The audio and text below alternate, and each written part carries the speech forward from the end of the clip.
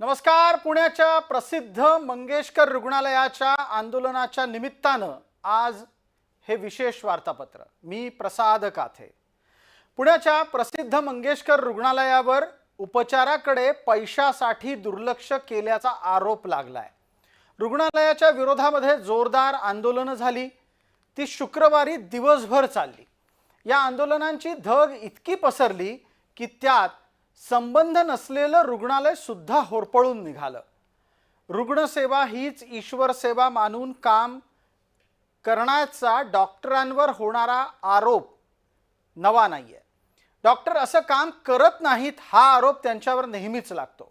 त्यातूनच रुग्णालय नव्हे तर पैसे उकळण्याची केंद्र इथवरचेही आरोप होत असतात. पण पुण्यातल्या मंगेशकर रुग्णालयाच्या विरोधातली आंदोलनं ही केवळ याच सात्विक संतापानं झाली का? रुग्णालय फुकटच्या जमिनीवर उभं आहे इथपासून चौकशी अहवालावरच्या डॉक्टरांची आडनावं बघा इथपर्यंतची सगळी चर्चा समाज माध्यमातही झाली आणि आंदोलनाच्या स्थळी सुद्धा झाली. ही चर्चा नक्की काय सांगतेय? या सगळ्यात मंगेशकर कुटुंबाच्या विरोधातला सुप्त राग आज व्यक्त करायची संधी तर साधली गेली नाही ना, हाही प्रश्न आहे. त्याच्या जोडीला प्रश्न उपस्थित राहतो की मंगेशकर रुग्णालयाच्या विरोधातला राग नक्की कोणत्या कारणाने आला आहे? रुग्णालयाच्या विरोधातील आंदोलन कोणी केलं? मंगेशकर रुग्णालयाच्या विरोधात राग नक्की कशाचा आलाय हे तर आपण तपासणार आहोत. पण त्याचबरोबर शुक्रवारची ही दृश्य सर्वाधिक धक्कादायक म्हणावी लागतील. महाराष्ट्रानं शुक्रवारी दीनानाथ मंगेशकर आणि लता मंगेशकर यांच्या नावांना काळं फासलं जाताना पाहिलं. मुद्दा काय होता तो भाग वेगळा आहे. पण राज्याची सांस्कृतिक राजधानी म्हटल्या गेलेल्या पुण्यामध्ये आपल्या नावाला कधी काळी काळं फासलं जाईल हे ज्येष्ठ गायक दीनानाथ मंगेशकर आणि भारतरत्न लता मंगेशकर यांना स्वप्नातही वाटलं नसेल. पण जे घडलं ते समोर आहे.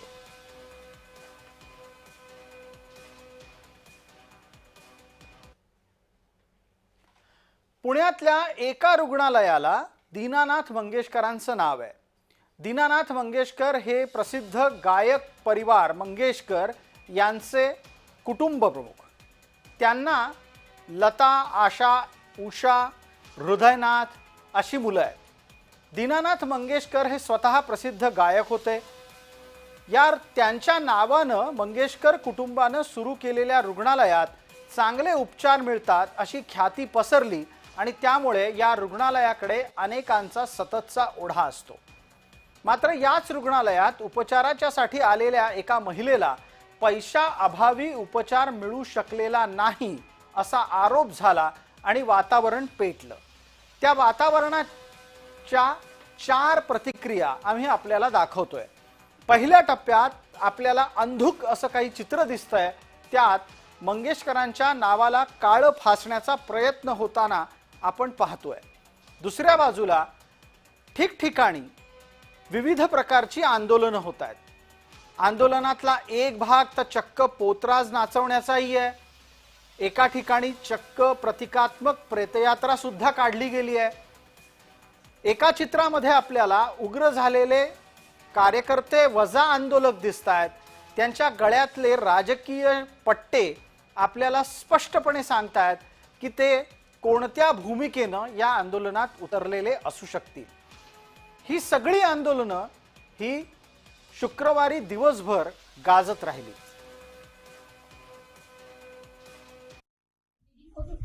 आणि पोटात दुखत होतो म्हणून आम्ही दीनानाथ मंगेशकरला गेलो. डॉक्टरांना भेटलो. डॉक्टर बोलले की जरा क्रिटिकल सिच्युएशन आहे, तुम्ही काही खाऊ नका, आपण इमिजिएट सीझरला निघतोपर्यंत काही पेशंटनी झालं. मग त्यांच्या केबिनमध्ये गेल्यानंतर चेक केल्यानंतर डॉक्टर बोलले की 20 लाख रुपये लागतील भरण्यास. ऍटलिस्ट मी पेशंटला इलाज तरी करा ना. पेशंटची मानसिकता पण तशी व्हायला लागली होती ना. मला कोण बघत नाहीये. पैशाच्या अरेंजमेंटसाठी ते ट्रस्ट हॉस्पिटल आहे ना की ते प्रायव्हेट हॉस्पिटल आहे.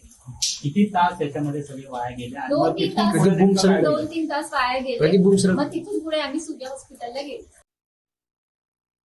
या संपूर्ण प्रकाराबाबत माहिती दिली आणि जो प्रकार जर आपण पाहिला तर त्या संबंधित डॉक्टर्स आणि कर्मचाऱ्यांवर गुन्हा दाखल केला पाहिजे अशी मी मागणी केली. गुन्हा दाखल झालाच पाहिजे. तातडीनं गुन्हा दाखल करून आपण या ज्या हॉस्पिटलचे जे संबंधित डॉक्टर्स कर्मचारी आहेत त्यांच्यावर गुन्हा दाखल करून त्यांना नोकरीतनं बडतर्फ केलं पाहिजे.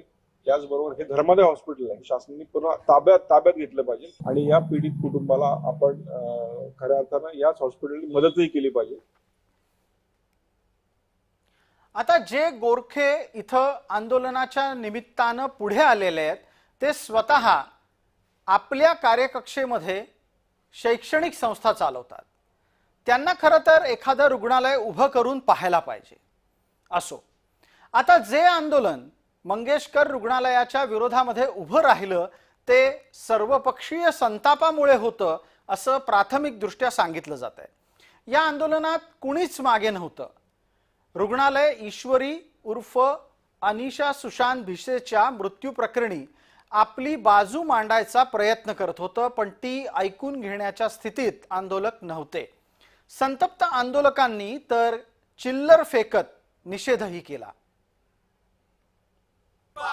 दीनानाथ मंगेशकर रुग्णालयामध्ये आज सकाळपासून मोठ्या प्रमाणामध्ये आंदोलन सुरू आहेत आणि आता मुख्यमंत्री उपमुख्यमंत्री वैद्यकीय कक्ष जो आहे त्यांच्या वतीने देखील जो आहे तो आता अशा पद्धतीने आंदोलन सुरू केलेलं पाहायला मिळतंय आणि त्यांनी पोस्टर जे आहेत ते काही आणलेले पाहायला मिळत आहेत. प्रसूतीसाठी 10 लाख मागणारे डॉक्टर घैसास हे व व्यवहारे सर, खरंच तुम्हाला 1 रुपयात जागा का द्यावी? तसंच हॉस्पिटलचे नामकरण करून आता श्रीमंत दीनानाथ मंगेशकर हॉस्पिटल असे करावे. पैसे खायचा भस्म्या झालेल्या या दीनानाथ मंगेशकर हॉस्पिटलचा निषेध, अशा प्रकारचे पोस्टर जे आहेत ते दिलेले पाहायला मिळत आहेत आणि डॉक्टर देखील त्यांना भेटायला आलेले पाहायला मिळत आहेत. डॉक्टरांशी बातचीत जे आहेत ते करताना पाहायला मिळत आहेत आणि स्वतः हे सगळे डॉक्टर यांच्याशी चर्चा करतायत. पुढे येणाऱ्या प्रत्येक पेशंटसाठी ऐका मला तुमचं ते हे काही नकोय, मला हे असलं काही नकोय, हे तुमच्याकडेच ठेवा. आणि तुम्ही इथं येणाऱ्या माझी एक व्हिडिओ दाखवतो. मॅडम, तुमच्या पोलीस स्टेशनला पण याआधी कळवलेलं आहे. रात्री अपरात्री या ठिकाणी आम्ही येत असतो लोकांचे प्रश्न जाणण्यासाठी. या ठिकाणी कुठल्याच पद्धतीची कारवाई केली जात नाही आणि इथं आम्हाला पार्किंग व्यवस्थापन सांभाळणाऱ्या लोकांना आमच्याशी बोलायला पाठवतात. म्हणजे हे घरी झोपा काढतात एसी मध्ये हे लोक. या हॉस्पिटलला एवढी पैशाची गरज असेल तर हॉस्पिटलनी हे पैसे घ्या सगळ्यांनी आणि तुम्ही लोकांचा जीव कसा वाचू शकता हे सांगा. आज मॅडम तुम्ही आम्हाला सांगा, लहान मुलांना आपण शिकवतो, आज लहान मुलं म्हणतात की डॉक्टर आपण देव मानतो, तर हे नक्की दानव आहेत का देव आहेत? त्याच्या प्रश्नाचं उत्तर मला या प्रशासनाने द्यावं. पहिली यांना पैसे पाहिजे असेल तर पैसे घ्या, यांना पैसे पाहिजे असेल तर पैसे घ्या. गरीब लोकांना इथं किंमत नाहीये, इथं फक्त पैशाला किंमत आहे, इथं फक्त पैशालाच किंमत आहे. ही सगळी आंदोलनं जी आहेत ती सुरू आहेत आणि अशा प्रकारे नोटांच्या खोट्या नोटा ज्या आहेत त्या या डॉक्टरांवरती उधळल्याचं चित्र आपल्याला आता पुण्यामध्ये पाहायला मिळत आहे. कॅमेरा पर्सन दीप मिश्रासह रोहन कदम, जय महाराष्ट्र न्यूज, पुणे. दरम्यान या प्रकरणामध्ये नक्की दिरंगाई कुणाकडून झाली तेही आपल्याला तपासावं लागेल. कारण रुग्णालयानं वेळीच उपचार दिले नाहीत अशी तक्रार भिसे कुटुंबाच्याकडून करण्यात आली. तर रुग्णालय म्हणतंय की उपचारांच्या बाबत त्यांनी कसलीही हलगर्जी केलेली नाही. उपचाराच्या आधी 10 लाख रुपये मागितले गेले असाही आरोप भिसे कुटुंबाच्याकडून झाला. रुग्णालयानं तो आरोप नाकारला आणि सांगितलं की जितकी रक्कम आवश्यक आहे तितकीच मागितली गेली. उपचार नाकारल्यानं इतर रुग्णालयात गेलो असं कुटुंबाचं म्हणणं आहे. मात्र त्यावर रुग्णालयानं उत्तर देताना म्हटलंय की उपचार नाकारलेच नव्हते, नातेवाईक पेशंटला स्वतःच घेऊन गेले. कारण तनिषा मंगेशकर रुग्णालयाच्या नंतर बाहेर पडून इतर रुग्णालयात गेली. रुग्ण अत्यवस्थ असताना उपचार नाकारले असं भिसेंचं म्हणणं आहे. प्रत्यक्षात 7 महिन्याच्या जुळ्या मुलांची प्रसूती होणं हे अत्यंत धोकादायक असतं याची कल्पना भिसेंना दिली गेली होती असंही रुग्णालय म्हणतंय. आंदोलकांनी यात उडी घेत म्हटलं की रुग्णालय प्रशासन मुजोर आहे. त्यालाही उत्तर देण्याचा प्रयत्न रुग्णालयाकडून झाला. आगाऊ रक्कम मागितल्याच्या रागातून ही तक्रार झाली आहे असं रुग्णालयाचं म्हणणं आहे. या सगळ्या मुद्द्यावर पीडितेचं कुटुंब आणि रुग्णालयाची भूमिका ही कॅमेऱ्यासमोर काय आहे ते ऐका. आम्ही जर 1-2 तासामध्ये 2-3 लाख रुपये गोळा करत होतो, तर जे काही पुढच्या गोष्टी आहेत, बाळाला एक महिना एनआयसी मध्ये वगैरे ठेवायचे, तर आम्ही सगळे पैसे फेडू शकलो असतो, सगळ्या गोष्टी करू शकलो असतो. आणि दुसरी गोष्ट, जर मुख्यमंत्र्यांच्या ऑफिसमधून फोन येतोय, त्यांच्या फोनला नाकारलं जातं. त्याच्यानंतर वेगवेगळ्या आमच्या अमित मूर्ती सरांचा फोन आला, त्यांच्या फोनला नाकारलं जात आहे. आमचे विविध PSI मित्र फोन करतायत, नाकारलं जात आहे. तर सामान्य माणसाला काय होत असेल या ठिकाणी. आणि सगळ्यात महत्वाची गोष्ट, अशा हॉस्पिटलला आपण 1-1 रुपये दरांनी जर जमीन द्यायची आणि आपल्यासाठी ते हॉस्पिटल येणं कामाला येत नसेल तर त्याचा काय उपयोग. तुम्ही मीडियावरती आरोप करता, तुम्ही खरी माहिती का लपवताय? मला जी माहिती मिळाली ती सांगितली, तुम्ही सांगा आता काय खरी माहिती सांगा. यावर दीनानाथ रुग्णालय त्याचं निवेदन कधी देणार निवेदन? त्यांना आंदोलन होत 24 तास उलटले सर घटनेला. हे बघा, कोण का ठेवताय? यात लपवलपी काही नाही. दीनानाथ रुग्णालय शासनाची पूर्तता करत आहे, त्यांच्या अहवालाची ती पूर्ण केलेली आहे. त्याच्यावर दीनानाथ रुग्णालय अहवाल काय आहे? अहवाल काय आहे सांगा ना, लोकांना कळलं पाहिजे ना, लोकांना कळलं पाहिजे अहवाल काय. लोकांना मीडियासाठी सुद्धा दीनानाथ रुग्णालय त्याची भूमिका आज स्पष्ट करणार आहे. कार्यालयाकडून फोन येऊन देखील तुम्ही ऐकलं नाही. तुम्ही अहवालामध्ये काय आहे हे सुद्धा सांगत नाही. तुम्ही ही सगळी बनवाबनवी लपवलपी का करता? सर, काल तुम्ही म्हटलात का मीडियाकडनं चुकीची माहिती घेतलीये. काय नेमकी अर्धवट माहिती गेली, पण नेमकी खरी माहिती काय तुम्ही सांगावी. मी एवढंच सांगेन, दीनानाथ रुग्णालय त्याचं निवेदन आज लवकर प्रसारित करणार आहे, तेव्हा तुम्हा सगळ्यांना माहिती मिळेल. तुम्ही लपवालपवी का करताय? लपवालपवी का करताय? ईश्वरी उर्फ तनिषा सुशांत भिसेंचा मृत्यू वेदनादायी आहे. त्यांच्या कुटुंबाला या दुःखातून सावरण्याचं बळ मिळावं अशी अपेक्षा आम्ही बाळगतोय.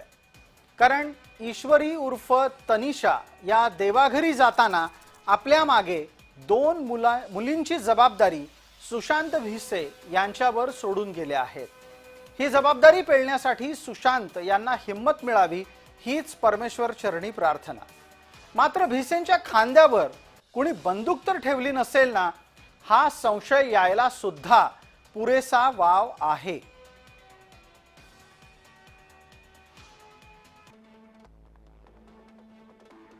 संशय कोणत्या गोष्टीचा आहे तर पुणेकर अचानक मंगेशकर रुग्णालयाच्या विरोधात इतके आक्रमक कसे काय झाले, हा पहिला संशय आहे.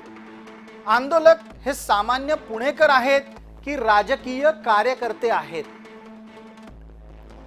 घटनेच्या आडून मंगेशकर कुटुंबियांवर तर राग निघत नाहीये ना. लता मंगेशकर यांचं मोदींचं समर्थन आणि सावरकरांची भक्ती ही तर आंदोलनाला बळ देत नाहीये ना. पुण्यातील मंगेशकर रुग्णालयाची प्रसिद्धी तर कुणा प्रतिस्पर्ध्याला खुपत नसेल, हा संशय सुद्धा या निमित्तानं येतोच.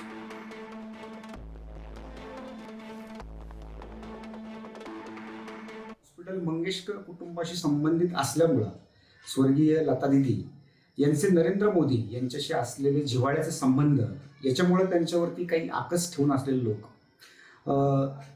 दीनानाथ हॉस्पिटलमध्ये असलेल्या डॉक्टरांची जात, लता मंगेशकर यांची जात, याच्यामुळे काही आकस बुद्धी असलेले लोक त्या हॉस्पिटलची बदनामी करण्यामध्ये आघाडीवर आहे. पण जे की अत्यंत चुकीचं आहे, या प्रकाराला वेगळं वळण दिलं जात आहे, जे अत्यंत दुर्दैवी आहे. आपण सर्वांनी हे लक्षात ठेवण्याची गरज आहे की जेव्हा कोविड सारखी महामारी या जगामध्ये थैमान घालत होती, तेव्हा दीनानाथ हॉस्पिटल असेल किंवा पूर्ण जगामधील अनेक डॉक्टर्स आपल्या रुग्णांना कुठल्याही प्रकारची जीवाची काळजी न करता ज्या प्रकारे उत्तम उपचार देत होते, त्याच्यामध्ये लाखो लोकांचे जीव त्यांनी वाचवले. तर आपण त्या डॉक्टर या व्यवसायाशी कृतज्ञपणा करून उपयोगी नाही. हे हॉस्पिटल मंगेशकर कुटुंबाशी संबंधित असल्यामुळं स्वर्गीय लता दिदी यांचे नरेंद्र मोदी यांच्याशी असलेले जिव्हाळ्याचे संबंध, याच्यामुळे त्यांच्यावरती काही आकस ठेवून असलेले लोक, दीनानाथ पुण्यातल्या मंगेशकर रुग्णालयाच्या विरोधातल्या आंदोलनाचा तडाखा हा डॉक्टर घैसास यांच्या खासगी दवाखान्याला अकारण बसला आहे. भाजपाच्या महिला आघाडीनं डॉक्टर घैसास यांच्या अश्विनी हॉस्पिटलवर हल्ला केला.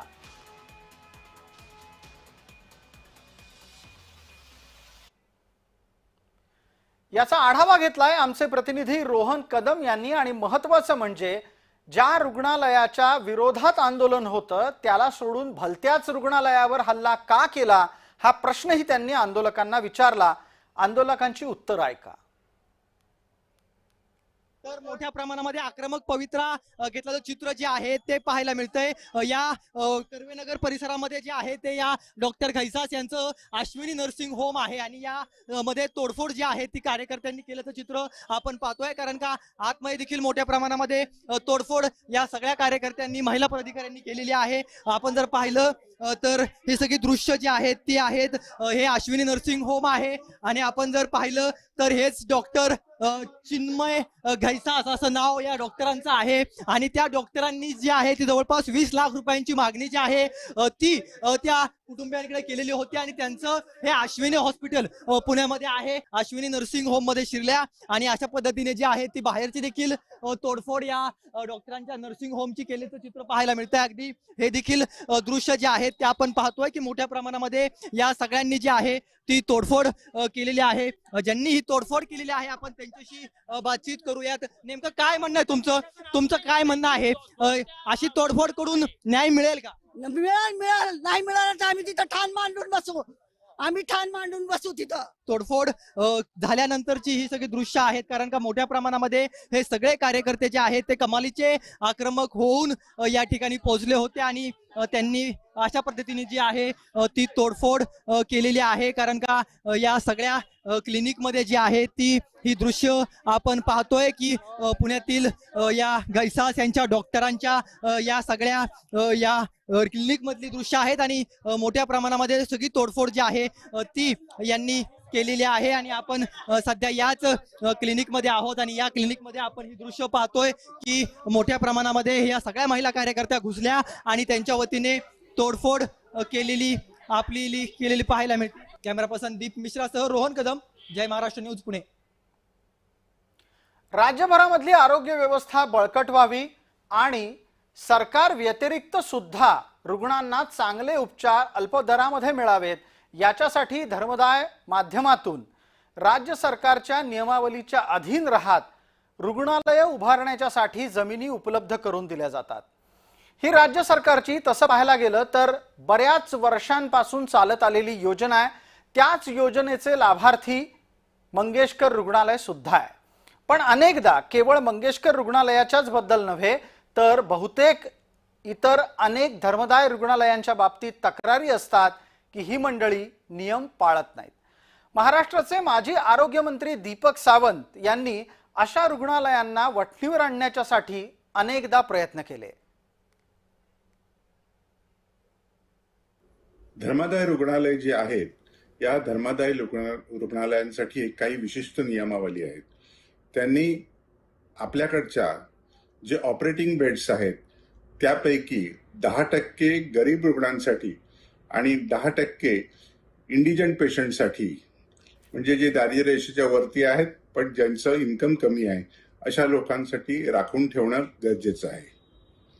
आणि हॉस्पिटल प्रशासनाने जे काही त्यांचं प्रॉफिट असते त्यापैकी 2% खर्च या रुग्णांवरती करायला पाहिजे. आणि हे बेड राखून ठेवणं अत्यंत बंधनकारक आहे, पण वास्तवात अशा प्रकारचं काही होत नाहीये. कारण मुळातच ही हॉस्पिटल्स ऑपरेटिंग बेड ह्या संज्ञेचा गैरवापर करतात. ऑपरेटिंग बेड कमी दाखवतात आणि यावरती आपला फायदा कमवतात. एकीकडे राज्य सरकार आपल्या परीनं या रुग्णालयांना वेसण घालण्याचा प्रयत्न करतं खरं, पण प्रत्येक वेळेला ही सगळी रुग्णालयच काही राज्य सरकारला बधतात असं नाही. अनेक मुजूर रुग्णालये आहेत जी नियमांना सरळ सरळ तोडतात आणि आपलीच मनमानी करतात. मग अशा वेळेला या रुग्णालयांचं होतं काय? त्यांच्यावर शिक्षा शक्य असते का? आता हे हॉस्पिटल्स आहेत जी धर्मादाय रुग्णालय या संज्ञेखाली येतात, यांना ही सवलत का द्यावी लागते? तर त्यांनी सरकारकडनं जमीन घेतलेली तरी असते, सरकारकडनं ऑक्ट्रॉयमधनं सूट घेतलेली तरी असते किंवा अन्य कारणाने सरकारचे फायदे घेतलेले असतात. बऱ्याचदा इलेक्ट्रिक बिल माफ असते, बऱ्याचदा पाण्याचं बिल माफ असते. त्यामुळे ह्या हॉस्पिटलना त्याच्या बदल्यामध्ये 10 इंडिजन पेशंट आणि 10 दारिद्र्य रेषेखालचे पेशंट असे 20% बेड खाली ठेवावे लागतात. पण प्रत्यक्षात त्यांना तसा बोर्ड डिस्प्ले करण्याचं पण आवश्यकता आहे, पण हे कोणीही नियम पाळत नाहीत. आपल्याला हे पेशंट कधीच ऍडमिट झालेले, उलट हे लोक आपल्या घरचेच लोक या संज्ञेखाली ऍडमिट करतात आणि प्रॉफिट उकळतात. या गोंधळाच्या दरम्यान रुग्णालयानं केलेल्या आणि दिलेल्या भूमिकेचा विचारही अनिवार्य आहे. कारण त्यात जे घडलंय त्याच्या पडद्यामागे काय काय घडलंय याची सुद्धा भूमिका स्पष्ट होतीये. रुग्णालयानं स्पष्टपणे सांगितलंय की ईश्वरी उर्फ तनिषा सुशांत भिसे 2020 पासून मंगेशकर रुग्णालयात उपचार आणि सल्ला घेत असे. म्हणजेच ईश्वरी किंवा तनिषा भिसे ही मंगेशकर रुग्णालयाच्यासाठी नवी नव्हती. मंगेशकर रुग्णालयानं ईश्वरी उर्फ तनिषा हिच्यावर 50% कमी किमतीत म्हणजे सवलतीच्या दरात शस्त्रक्रिया सुद्धा केलेली आहे. ईश्वरी उर्फ तनिषा हिला सुरक्षित गर्भधारणा शक्य नव्हती आणि तसं डॉक्टरांनी तिला सांगितलं पण होतं. पण तरीही तसे प्रयत्न झाले आणि ज्या वेळेला तनिषा गर्भधारणा झाली त्यावेळेला तशी जोखीमयुक्त गर्भधारणा घेऊन डॉक्टरांकडे पोहोचली. तनिषानं डॉक्टर घैसास यांच्याकडे उपचाराचा आग्रह केला. डॉक्टर घैसास यांनी तिला असलेल्या जोखीमयुक्त गर्भधारणेच्या बाबत कल्पना दिली आणि दर 7 दिवसांनी तपासणीसाठी बोलावलं, सल्ला घेण्यासाठी बोलावलं. मात्र तनिषानं डॉक्टरांचा सल्ला पाळला नाही. बोलावूनही ती उपचारासाठी आलीच नाही. 28 मार्चला डॉक्टर घैसास यांना भेटल्याच्या नंतर उपचार आणि खर्चाची कल्पना तनिषाला तिच्या सोबत असलेल्यांना देण्यात आली होती. मात्र शक्य असतील तितकी रक्कम भरून ऍडमिट व्हा असं सांगूनही त्यांनी तनिषाला मंगेशकर रुग्णालयाला कसलीही कल्पना न देता तनिषा आणि तिच्या सोबतचे लोक निघून गेले.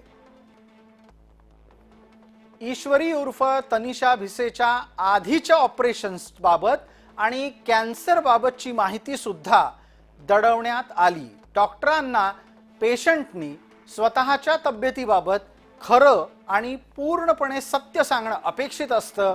ते या प्रकरणात घडलेलं नाही.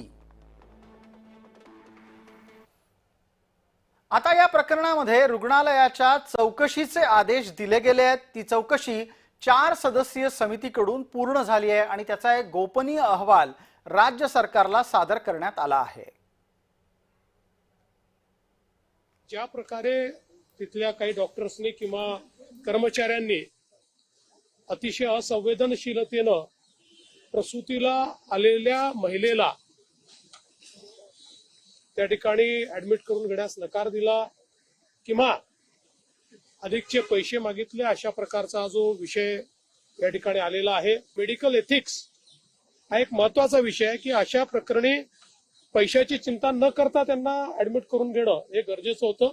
त्यामुळे एथिक्सचं पालन होतंय की नाही या संदर्भात देखील आपण प्रयत्न करणार आहोत.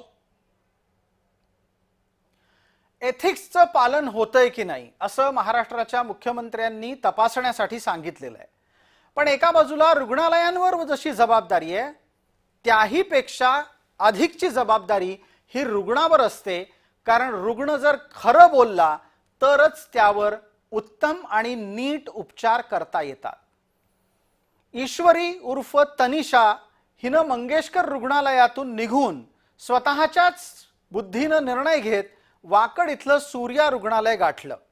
तिथं प्रसूती दरम्यान झालेल्या अतिरक्तस्त्रावात तिचा मृत्यू झाला. ही अत्यंत दुर्दैवी घटना आहे. दोन्ही मुली प्रीटर्म जन्माला आल्यामुळे त्या NICU मध्ये आहेत. त्यामधील एका बाळाचं वजन हे 1.122 ग्राम आणि दुसऱ्या मुलीचं वजन आहे 640 ग्राम.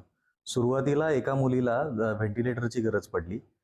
आत्ता सध्या त्या मुलीचा सुद्धा व्हेंटिलेटर निघालेला आहे आणि दोन्ही मुली सीपॅपवर स्टेबल आहेत. दररोज त्यांचे नातेवाईक सकाळी काउन्सिलिंगच्या वेळी येऊन बाळांचे रोज अपडेट घेत आहेत आणि बाळांची प्रकृती सुधारत आहे. महाराष्ट्रामध्ये डॉक्टरांवर हल्ला झाल्यास त्या विरोधात कठोर कारवाई करण्यासाठी कायदा अस्तित्वात आहे. आता ज्यांनी मंगेशकर रुग्णालयाचा राग अश्विनी हॉस्पिटलवर काढला त्यांच्यावर पोलिसांनी कारवाई सुरू केलेली आहे. एका बाजूला आंदोलनाच्या आडून होणारं राजकारण आहे, दुसऱ्या बाजूला या आंदोलनात लपलेले अनेक सुप्त मुद्दे आहेत. पण यात एक गोष्ट निश्चित लक्षात घ्यायला हवी की डॉक्टरांनी आपली कर्तव्य बजावताना कोणत्याही प्रकारे कसूर करू नये आणि रुग्णानं सुद्धा डॉक्टरांशी प्रामाणिक असावं. विशेषतः या भागामध्ये तुर्तास इतकंच. आपण पाहत रहा फक्त जय महाराष्ट्र.